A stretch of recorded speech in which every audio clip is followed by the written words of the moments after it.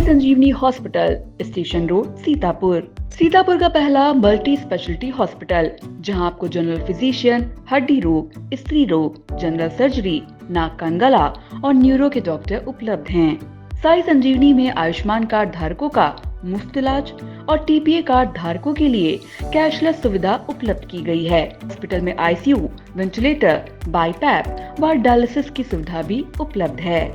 Sai Sanjivani hospital, station road, Sitapur. At SEI, my feet trace the ancient rhythms of our heritage, weaving stories of culture and tradition. Each step is a celebration of our roots and a lesson in grace and perseverance. Singhania Educational Institute, cultivating knowledge. UP में बाबा के bulldozer पर एक बार फिर चला supreme court का हथौड़ा, और इस बार यह हथौड़ा चला है 50 लाख का। प्रदेश में बुलडोजर कार्रवाई पर सुप्रीम कोर्ट ने ऐसा सख्त कदम उठाया है जिससे न केवल बुलडोजर एक्शन पर बड़ा सवाल खड़ा हो गया है, बल्कि विपक्ष को भी प्रदेश की योगी सरकार को घेरने का मौका मिल गया है। नमस्कार, आप देख रहे हैं इंडिया और मैं हूं दीपक वर्मा। पिछले काफ़ी समय से देश में बुलडोजर कार्रवाई को लेकर कई तरह के सवाल खड़े हो रहे हैं। इस कार्रवाई को लेकर सबकी अलग अलग राय है, लेकिन कोर्ट इसको लेकर सख्त रुख अपना चुका है। कोर्ट लगातार न केवल इस तरह की कार्रवाई की निंदा कर रहा है, बल्कि अधिकारियों को भी जमकर फटकार लगा रहा है, और साथ ही साथ कोर्ट कई मामलों में मुआवजा देने का फैसला भी सुना रहा है। ऐसा ही एक मामले में मंगलवार को सुप्रीम कोर्ट ने एक ऐसा आदेश सुनाया है जिसकी हर तरफ चर्चा हो रही है। दरअसल सुप्रीम कोर्ट ने साल 2021 में हुए बुलडोजर एक्शन के एक मामले में बड़ा फैसला देते हुए 5 पीड़ितों को 10-10 लाख रुपए देने का ऐलान किया है। मामला यूपी के प्रयागराज का है, जहां अवैध घर गिराने के मामले में सुप्रीम कोर्ट ने प्रयागराज विकास प्राधिकरण को कड़ी फटकार लगाई है। कोर्ट ने पाया कि घरों को गिराने की प्रक्रिया असंवैधानिक थी। साल 2021 में प्रयागराज विकास प्राधिकरण ने कुछ मकानों के खिलाफ बुलडोजर कार्रवाई की थी और उन्हें ध्वस्त कर दिया गया था। इसको लेकर पीड़ितों ने सुप्रीम कोर्ट में याचिका लगाई थी और इंसाफ मांगा था। दरअसल प्रशासन ने इन मकानों पर इसलिए कार्रवाई की थी कि उन्हें लगा कि ये संपत्ति माफिया डॉन अतीक अहमद की है, जिसमें एक वकील, एक प्रोफेसर और 3 अन्य लोग शामिल थे।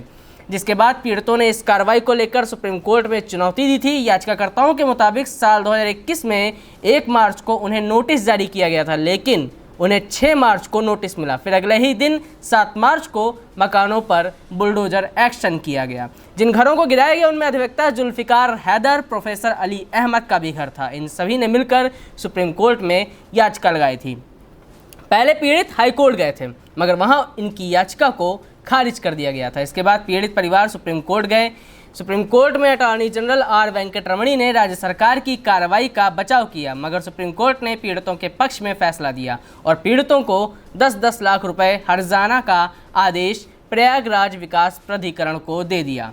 सुप्रीम कोर्ट ने कहा, यह हमारी अंतरात्मा को झकझोरता है। राइट टू शेल्टर नाम की भी कोई चीज़ होती है, उचित प्रक्रिया नाम की भी कोई चीज़ होती है। इस तरह की कार्रवाई किसी भी तरह से ठीक नहीं है।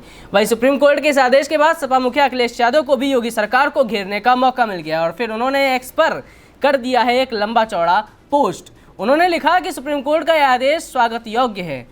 प्रयागराज में 2021 में हुए एक बुलडोजर एक्शन पर सभी 5 याचिकाकर्ताओं को प्रयागराज विकास प्राधिकरण द्वारा 6 सप्ताह में 10-10 लाख का मुआवजा दिया। इस मामले में कोर्ट ने नोटिस मिलने के 24 घंटे के भीतर मकान गिरा देने की कार्रवाई को अवैध घोषित किया है। अखिलेश यादव ने आगे पोस्ट में लिखा कि सच तो ये है कि घर केवल पैसे से नहीं बनता और ना ही उनके टूटने का जख्म सिर्फ पैसों से भरा जा सकता है। परिवार वालों के लिए तो घर एक भावना का नाम है और इसके टूटने पर जो भावनाएं आहत होती हैं उनका ना तो कोई मुआवजा दे सकता है और ना ही कोई पूरी तरह पूर्ति कर सकता है। और इसके बाद अंत में अखिलेश यादव ने अपनी पोस्ट में लिखा कि परिवार वाला कहे आज का, नहीं चाहिए भाजपा। फिलहाल यूपी में बुलडोजर एक्शन पर सुप्रीम कोर्ट के इस फैसले के बाद अवश्य ही बुलडोजर कार्रवाई को पूरी तरह से सही बताने वालों को बड़ा झटका लगा है और इस पर अब सियासत तेज होना भी तय है। वैसे आपकी क्या राय है इस खबर पर, हमें कमेंट बॉक्स में ज़रूर बताएं।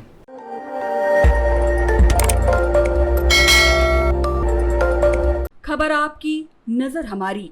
देखते रहिए आई इंडिया।